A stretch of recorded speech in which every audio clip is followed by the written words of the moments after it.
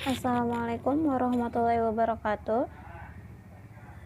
Saya akan mempresentasikan pemeriksaan akuntansi teori dan kasus dosen Ibu Dian Indasari, SEAKMM, yaitu tentang pengujian kas.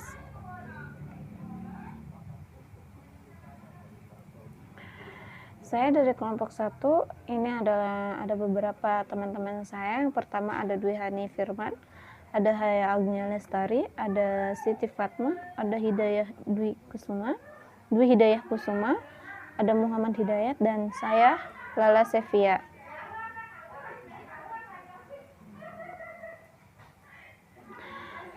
Menurut SAK, kas adalah aktiva lancar yang meliputi uang, kertas, atau logam, saldo rekening giro di bank, dan benda-benda lain yang dapat digunakan sebagai media tukar pembayaran yang sah dan dapat diambil setiap saat.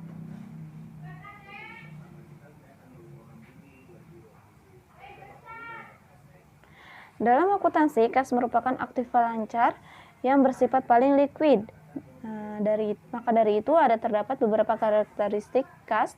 Yang pertama itu ada kas aset perusahaan yang liquid.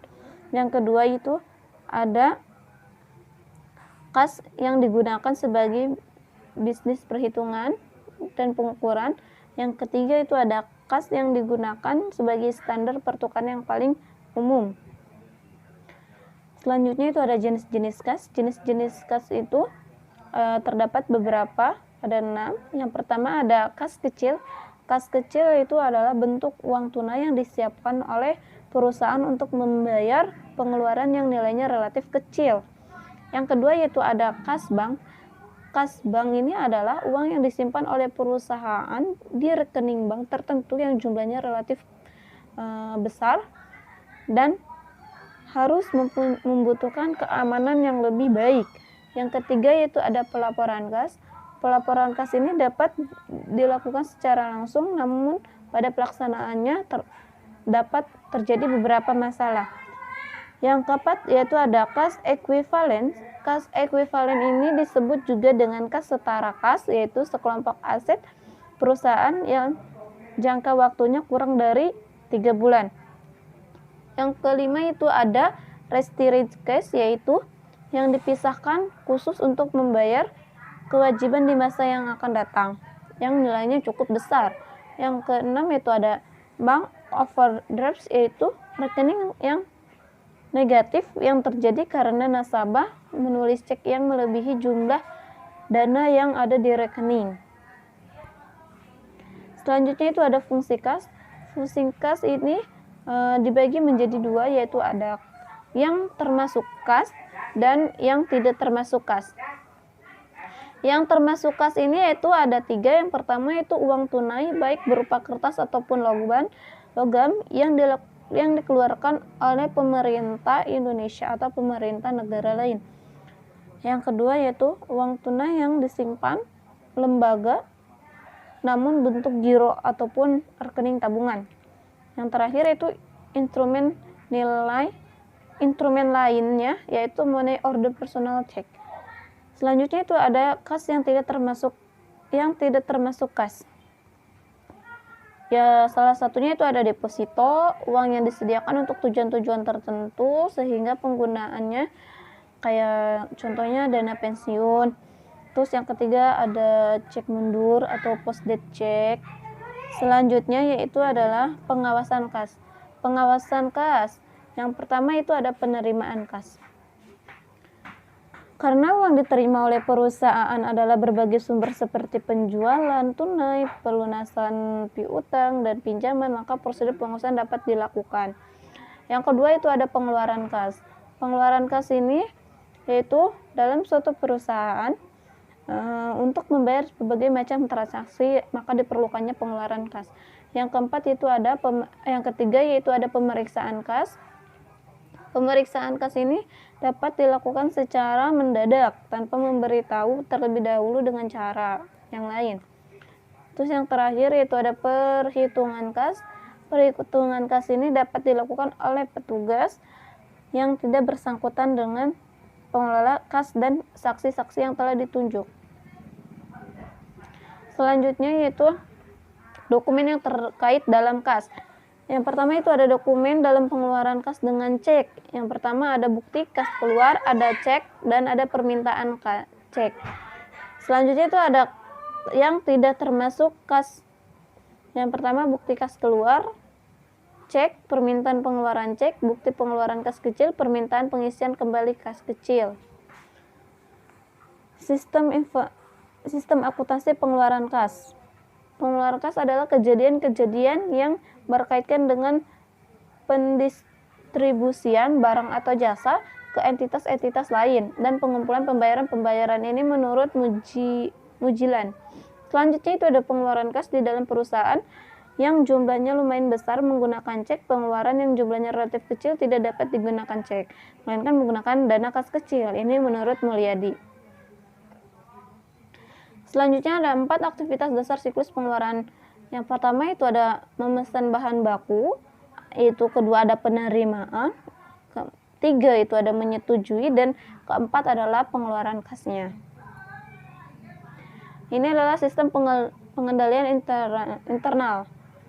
Suatu proses yang dilaksanakan oleh direktur manajemen dan personal lainnya dalam suatu kesatuan bisnis yang dirancang untuk memberikan kepercayaan terkait dengan usaha pencapaian tujuan. Sebuah proses dan prosedur yang dijalankan untuk menyediakan jaminan memadai bahwa tujuan pengendalian telah dipenuhi ini menurut Romney. Selanjutnya itu adalah tujuan pengendalian internet. Yang pertama, mengamankan aset agar terhindar dari kecurangan.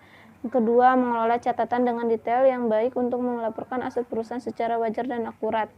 Yang ketiga, memberikan informasi yang akurat dan reliable. Yang keempat, menyiapkan laporan keuangan yang sesuai dengan kriteria yang ditetapkan. Yang kelima itu adalah mendorong dan memperbaiki efisiensi operasional. Dan yang keenam itu adalah untuk mendorong ketaatan terhadap kebijakan manajerial dan yang telah ditentukan. Ini adalah salah satu contoh studi kasus. Ini adalah tentang informasi atas tambahan rekening. Kelompok kami sepakat untuk mengambil dari PT Soraja. Kas yang ada di PT Soraja pada tanggal 31 Desember 2011 terdiri dari petty cash dan saldo rekening giro pada beberapa bank di Jakarta dan Surabaya. Untuk mendukung hasil audit yang dilakukan terhadap rekening kas dan bank perusahaan, kas of name dilakukan oleh auditor terhadap Rina. Rina ini adalah kasir dari PT Soraja tersebut. Pada tanggal 31 Desember 2010 dari jam 10 sampai 11.30 waktu Indonesia Barat. Berikut ini adalah hasil perhitungan kas yang dilakukan oleh auditor. Dan ini adalah hasil perhitungan petty cash yang dilakukan oleh auditor, yaitu ada uang kas, ada uang kertas, ada uang logam. Sini pun ada cash yang di bank, terus ada cek mundur, ada cash yang sebelum diganti, dan ini adalah keterangan dari kas per buku. Maksud C ini adalah kas yang diganti. Dan ini adalah pemerintahan berdasarkan komposisi cash yang di atas. Ini adalah kas secara of name dan jurnal penyesuaiannya. Di sini adalah terdapat selisih yang tidak diduga itu sejumlah 10.000. Nah, terdapat selisih sebesar 10.000 yang tadi tidak diketahui sebabnya. Dan karena jumlahnya imaterial, maka kita abaikan. Jadi jurnal penyesuaiannya pada tanggal 31 Desember 2011, kas kecil pada pendapatan lain, yaitu dengan senilai 10.000. Dan C yang tadi adalah cross calculation.